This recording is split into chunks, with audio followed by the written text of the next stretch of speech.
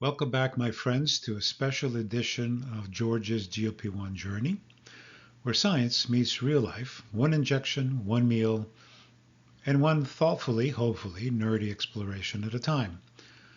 So before we continue our morning supplement stack series, which will return next week with our usual weigh-in and a look at how the week actually went, I knew I needed to hit the pause button and do one additional episode that sets the stage for everything else.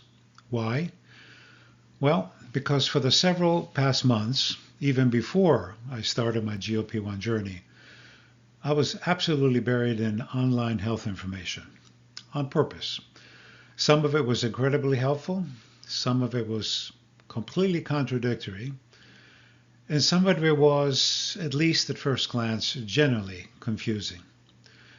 And if you've ever felt that way, you're definitely not alone. So today, what I want to do is share something important. How I evaluate health claims, all of them, whether they come from a medical professional, an influencer, or someone who means well but gets their information from very late night radio or TV. Now, before we go any further, a quick reminder of who I am and why I do this. So my name is George Logan, and I'm not a medical doctor, but I am a very curious biological scientist with an advanced degree by training and by temperament. And I never hesitate to dive into the weeds and to explore the details. So I've been on my own GLP-1 journey with Zepbound for over 18 weeks, and I'm down over 40 pounds. And I've been documenting this honestly week after week so you can follow along in real time. And because I'm in the trenches with you, learning, adjusting, trying, improving, I take seriously the responsibility to communicate information clearly, honestly, and with the goal of being truly helpful. I don't have all the answers, not even close. But like you, I'm on a journey of discovery. And my commitment is quite simple: to keep the flag of truth planted firmly in the center of everything I hear and see before I share it with you. All right, so let's begin the journey. So why does this episode matter? Well, we're living in what I call the golden age of health information. You've been there, you've seen it. Or depending on the day, the wild west of health information. So there are doctors, there are scientists, there are podcasters. You see the Reddit threads, the wellness creators, the biohackers, and the occasional self-appointed longevity guru. You probably know the type I'm talking about. They're all sharing advice, opinions, and breaking news about health. And don't get me wrong, some of this information is excellent. Some is harmless. Some is confusing. Some is, let's say, it's motivated by commercial enthusiasm. And just to be clear, I'm not sponsored by everyone, and I'm not selling anything. And I'm not certainly not going to be handing out banana peel hats after this episode. But here's the key point. I generally believe that most people, whether they're professionals, creators, influencers, or just passionate enthusiasts, are actually honestly trying to help. So I'm not questioning their motivation. What I am acknowledging is that the sheer volume of information today can make you feel overwhelmed, confused, and sometimes even discouraged. So you get one person, he says, do this, it's a miracle. And another one says, if you do that, it will ruin your metabolism. And the third person says, if you buy my course, I will tell you the real truth they aren't telling you. So instead of being cynical, and instead of throwing our hands up in frustration, the special edition is about giving you a simple framework that helps you evaluate any health claim, whether it's big, small, bold, even bizarre. A framework that will help you feel more informed, more confident, and less confused. So each time you encounter a new headline, video clip, or enthusiastic recommendation, you will be ready to face and make an informed decision. Because the goal isn't to dismiss people, and it definitely isn't here to blindly accept everything either. The goal is clarity, and that's what this episode is all about. So this is, in my opinion, one of the most valuable tools you can have when you're navigating the health world. We'll call it the evidence ladder. And it's simple and it's intuitive, and once you understand it, you will never look at health claims the same way again. From the weakest to the strongest, the ladder goes something like this. At the bottom rung, we have anecdotes. Then we climb up to mechanistic studies. Then to ecological correlations, to cohort and observational studies, to randomized controlled trials or RCTs, and then finally to meta-analyses and systematic reviews. Now, each of these levels answers a different scientific question. And that's important because people often confuse these levels or treat them like they're interchangeable, which they're not. And here's how to think about it. Anecdotes. Well, they tell us that something happened. Mechanisms tell us how something could happen. And ecological patterns tells us something interesting is going on at scale. And cohort studies tell us groups who do X tend to have Y. And RCTs tells us this specific thing caused that specific outcome. And meta-analysis tells us the overall weight of the evidence across multiple RCTs, multiple trials. And every level deserves respect, but they do not deserve equal weight. You wouldn't treat a single YouTube anecdote, and there are many out there, the same way that you would treat 10 well-designed clinical trials. Well, at least hopefully. The beauty of this ladder is that it helps us see where the claim sits. And understanding that instantly tells us how confident we should be in that claim. All right, so now to make this a little fun and memorable, we're going to climb this ladder together, and we're going to use a fictional example that is somewhat humorous, I hope, certainly absurd, and yes, yet surprisingly effective at illustrating how this process works. And trust me, you will remember this one. So anecdotes are personal stories. I've tried this thing and here's what happened moments. And in many ways, anecdotes are where science often begins. But there should never be where science ends. So imagine someone online enthusiastically proclaims, "I wore a banana peel in my head and my knee pain disappeared." Now that's an anecdote. And it's interesting. It's attention-grabbing. It's possibly true, or at least for that one person on that one day.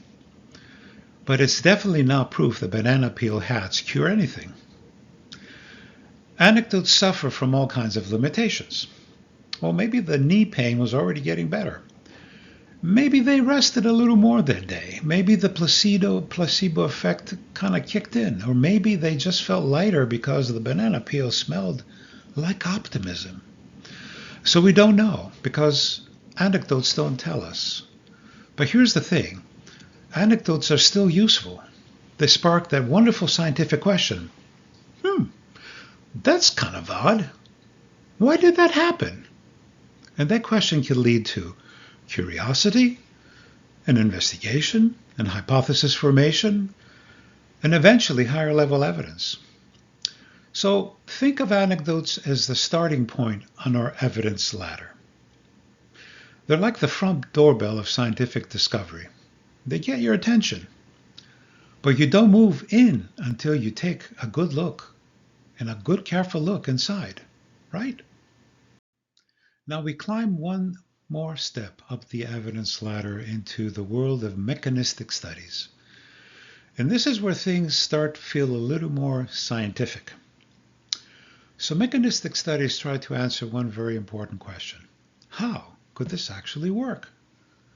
So they look at biological pathways, chemical processes, cell signaling, enzyme activity, hormone responses, all the inner machinery of the human body. So let's return now to our famous example. The person claiming their knee pain vanished after wearing a banana peel on their head. So a mechanistic thinker might say, Banana peels contain potassium. Potassium conducts electricity.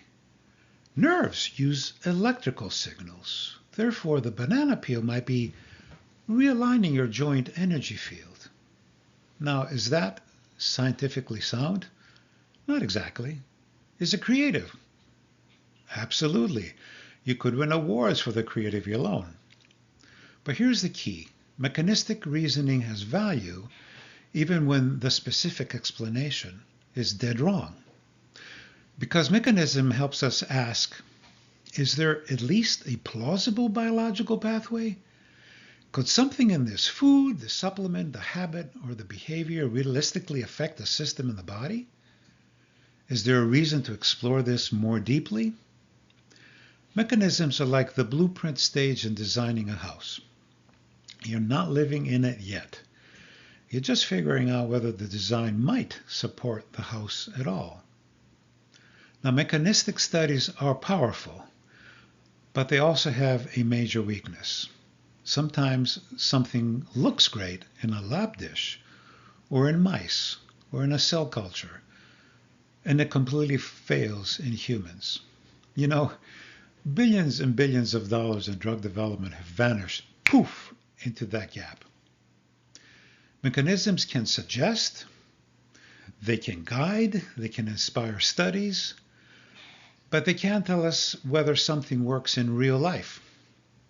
So mechanistic studies sit just one step above anecdotes. They're important, they're interesting and sometimes illuminating, but still just the beginning of the journey towards scientific confidence. Now we move another step up the evidence ladder into the world of ecological correlation, sometimes called population level data. These studies zoom out, way out. So instead of looking at one person or a lab dish or a group of volunteers, ecological studies look at an entire population, entire countries, or entire regions, like the blue zones, and ask, do we see anything interesting, any interesting patterns at scale? So let's bring back our banana peel hat example. So a researcher might notice countries that consume more bananas have lower overall rates of arthritis. Okay, that's intriguing. Kind of makes you raise an eyebrow. It might even make you reach for a banana. But does that mean that bananas actually prevent arthritis? No. It simply means both things are happening at the same time. This is where we must remember the classic scientific warning. Correlation does not equal causation. Just because two things move together does not mean one caused the other. Let's use a famous example. Ice cream sales and shark attacks both increase in the summer. But ice cream doesn't summon sharks, and sharks don't trigger an ice cream craving. Well, probably not. The hidden factor is warm weather. The same thing happens in health data. Countries eating more bananas may also have more sunlight, more outdoor activity, different cooking patterns, different genetics, less processed food, stronger social support networks, or better baseline metabolic health. Ecological relations tells us something interesting is happening. Look closer. But they never tell us this causes that. So these population level patterns are like the traffic signals of scientific discovery. They point us in a direction, but they cannot take us to that destination. Now we're stepping into a very important category, cohort studies and observational studies. That's the next rung in our ladder. These studies don't ask people to change anything, and they don't assign treatments. No one is told to wear a banana peel on their head for science. Instead, researchers simply observe real people going about their real lives and track what happens over time. So here's how our banana peel example would look like in an observational study. So researchers go out and they recruit, say, 2,000 volunteers who choose to wear banana peel hats every day. And over several months or years, they report less knee pain than the people who don't wear banana hats. That sounds promising, right? Well, maybe. Because here's the catch. People who voluntarily wear banana hats might also eat healthier, walk more, hydrate better, sleep more, stretch regularly, hug their grandkids more, or simply be the kind of people who do things enthusiastically, including putting produce on their heads. In research terms, we call these confounders. Confounders are hidden variables that create the illusion of cause and effect when no real cause actually exists. Now, does that mean observational studies are just plain useless? Not at all. Observational studies are powerful tools that can identify long-term patterns, that can reveal associations, they can uncover risk factors, they can warn us about dangers we didn't anticipate, and they can raise red flags that deserve further investigation. I'll give you an example. We first learned that smoking causes lung cancer from observational data long before there were any randomized trials existing. So these studies give us valuable clues, but they cannot prove causation. They tell us people who do X tend to have Y, but they cannot tell us doing X causes Y. Observational studies are like binoculars of science. They help us see patterns from a distance, but we still need sharper tools to discover the actual underlying truth. Now we've reached one of the most important rungs of the evidence ladder, randomized controlled trials, or RCTs. So if observational studies are like using binoculars, RCTs are like finally stepping into the room and flipping on the bright overhead lights. Here we can actually test whether something causes an effect. So let's bring back our trusty banana peel hat example. In an RCT, researchers will recruit a group of participants, a whole bunch of them maybe, and randomly assign them to one of two groups. One group gets the authentic banana peel hat. The other group gets a carefully designed placebo hat, perhaps made from a very convincing piece of romaine lettuce. Neither the participants nor the researchers know who's wearing which hat, and that is called blinding, and it helps prevent expectations from influencing outcomes. Now, if the banana hat group shows significantly more knee pain improvement than the lettuce hat group, now we're starting to talk about actual, measurable, causational impact. Why? Because randomization helps balance out hidden factors. Remember the confounders we talked about earlier? Both groups should be similar in age, in activity, in health status, in motivation, in diet, and sleep, and even the tendency to do quirky things with fruit. And the only difference between the groups is the intervention that's being tested. And that's the magic of RCTs. They help us answer one big question that no other study type can answer with as much confidence. Does this cause that? Now, RCTs, they're perfect. They can be expensive. They can be too short. They may not reflect the real world. And sometimes they're funded by groups that desperately want a certain outcome. Seen that many times. So we still need to look at the design data very carefully. But in the hierarchy of evidence, RCTs remain the gold standard for determining cause and effect. So now we've climbed all the way to the top of the evidence ladder, the peak, the summit, the you've made it moment. So this is the realm of systematic reviews and meta-analyses. And if RCTs are the gold standard, meta-analyses are like taking all the gold from all the mines and melting it all together to see how much real treasure we actually have. So systematic review carefully gathers every high-quality study in a specific study, usually RCTs, and evaluates them as a group. A meta-analysis goes one step further and mathematically combines the results, all the data, into a single more powerful estimate. In other words, instead of relying on one study with 100 people, you might be looking at 10 or 15 studies with 10,000 people or more. And that's where the signal becomes clearer and the noise begins to fade away. So let's return to our legendary example.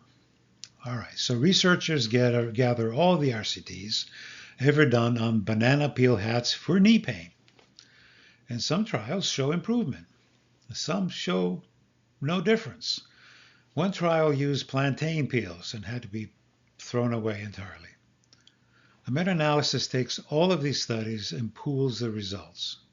And then finally we get our answer. Is there a real effect? Is it consistent across all the studies? Is it statistically meaningful? Or were the early results just randomness or just bias? So meta-analysis gives us the strongest confidence, the most stable conclusions, and the best estimate on overall truth. But, and this is important, they're still not perfect. A meta-analysis cannot fix poorly designed studies, like the plantain peel, or bias funding, or tiny samples, or just sloppy methodology. If you combine weak studies, you get a very sophisticated looking weak answer. And there's a saying in data science, if you blend garbage with garbage, you get a smoothie you still shouldn't drink, right? But when done well, meta-analyses and systematic reviews give us the highest level of evidence we have in modern science and the strongest foundation for trustworthy health recommendations. Okay, so let's bring everything together with our completely absurd yet surprisingly effective functional example, the banana peel hat.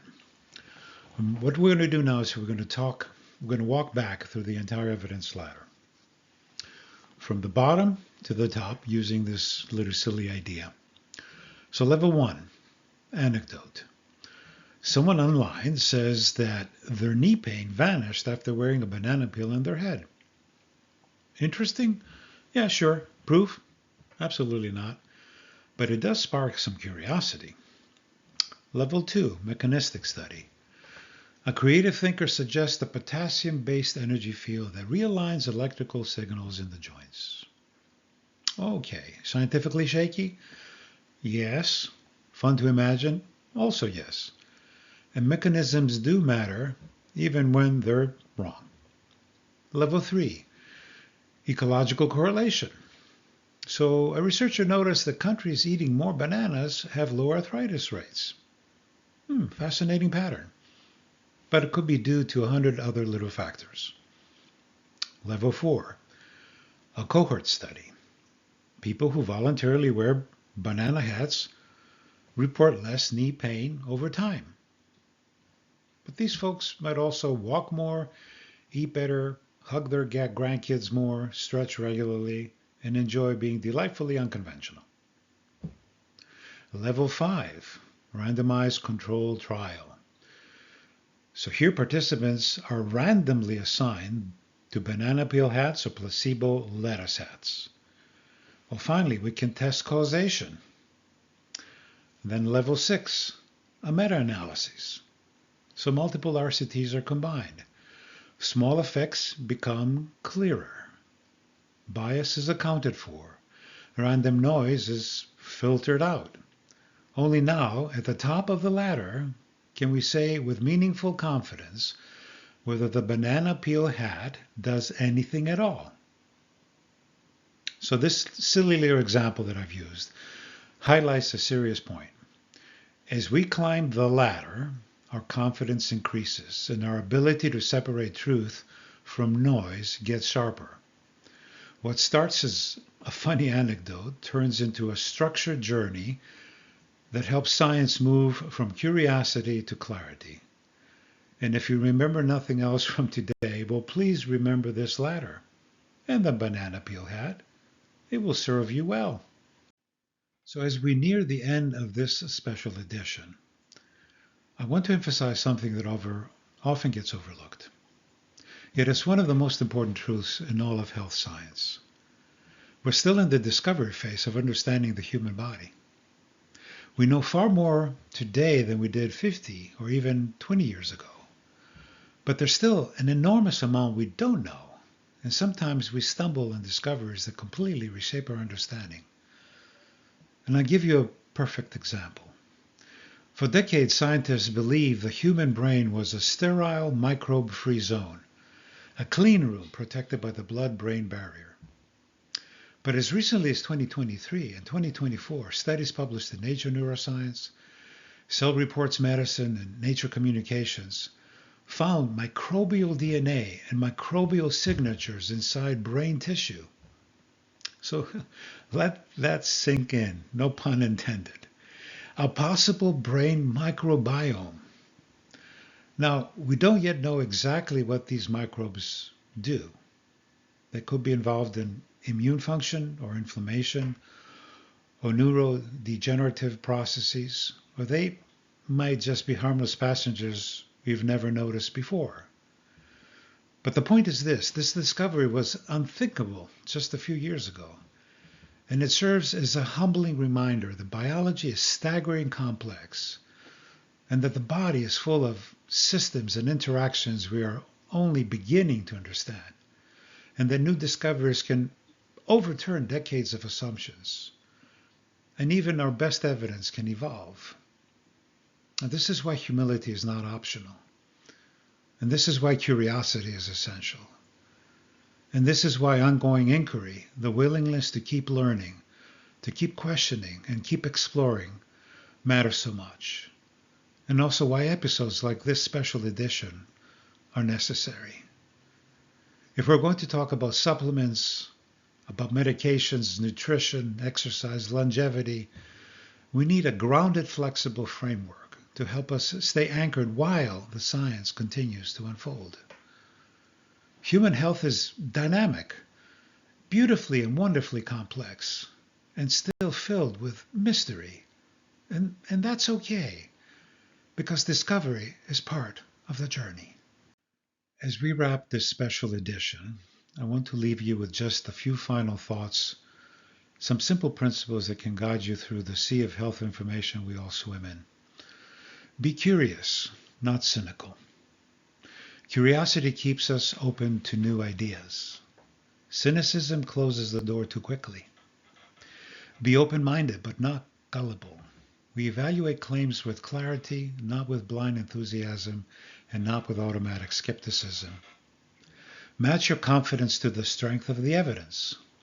An anecdote might get your attention, but a meta-analysis earns your trust. And above all, remember that we are on this journey together. Folks, I don't have the answers, not far from it. No one really does. But I promise to keep learning, to keep questioning, to keep sharing what I discover in the clearest, most honest way that I can. And I want to take a moment to genuinely thank you for spending this time with me, for hearing my thoughts on this very important subject, and for allowing me to share a framework that I truly believe can help you in your own journey towards better health, greater strength, and a vibrant life filled with vitality. So our GLP Morning Supplement Stack series will return next week with our usual weigh-in, the weekly update, and a brand new supplement deep dive. But for now, thank you for being here. Thank you for learning with me, and thank you for taking steps, big or small, towards a healthier, stronger, and more empowered you. And if this has been helpful, if you learned something today, please consider subscribing to this channel and hit the notifications bell so that you don't miss any of our future installments. That would be truly appreciated. Until next time, my friends, go seize the day and go hug someone that you love.